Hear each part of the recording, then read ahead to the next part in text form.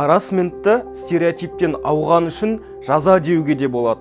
Себебі жұмыс орнында көбіне еркекке ұқсайтын қыздар, қызға ұқсаған еркектер, немесе түрлі асшыл топтар мен елден ерекшеленетін адамдар сексуал харасментке өзі қатарларға қарағанда көбірек ұшырайды.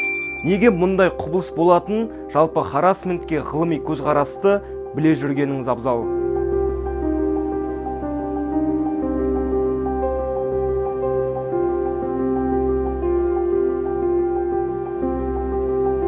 Негізі тиісті заңнамасы бар елдерде жыныстық бопса латын тілінен аударғанда бұл осы үшін дегенге саятын quid pro quo мен дұшпандық жұмыс орны деген екі алалау формасына бөлінеді.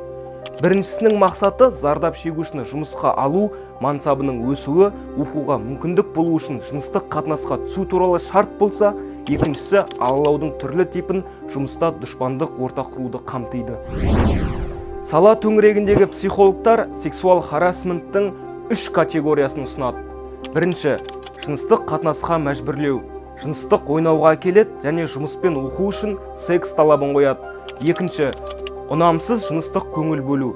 Бұл да жыныстық ойнауға келеді, алайда кәсіп пен мансапқа қатысты талаптар қоймайды, не секске түсу үшін қоқанлығы көрсетпейді.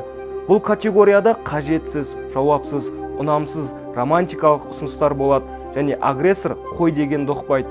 Бұған тиісу, құшақтау сынды іс-әрекет те кіреді. Үшінші, гендерлік харасмент. Жыныстық бопсалаудың ең кең тараған түрі.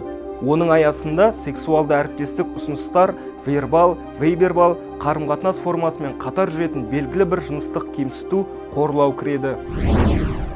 Ерде, әйелде жыныстық бопса көруі мүмкін болғанымен, олардың ішінде гендерлік ерекшегі барлары көбірек қорлыққа ұшырайды. Мұның ең классикалық мысал ретінде еркектер ішінде гейлерді, әйелдер ішінде лесбияндарды айтуға болады. Жыныстық қатынасқа мәжбүрлеу мен ұнамсыз жыныстық көңіл бөлудің түбінде сексуалды қызығушылық жатса, гендерлік харасмент түбінде әйелдерге гендерлік нормаларды бұзғандарға деген өшпенділік жатады. Эволюциялық көзқарасқа сай, еркектердің жыныстық қатынасқа және көп ұрпақ қалдыруға бейімділігі оларды сексуал харасмент жасауға термелейді. Алайда, бұған қызығушылық танытпайтын әйелдер тарапынан қолдау таппайды. Ал еркектің басқа ерлерді қудалауы бәсекелестікті азайтуға деген талпыныс деп түсіндіріледі. Бірақ бұл тұжырым жеткілікті деңгейде зерттелмеген және концепция тұрғысынан проблематикалы. Социомәдени гендерлік көзқарасқа сай, еркектердің күшті, мықты болатынын күту, жыныстық бопсаға түрткі болатын және ақтайтын күшті құрылым.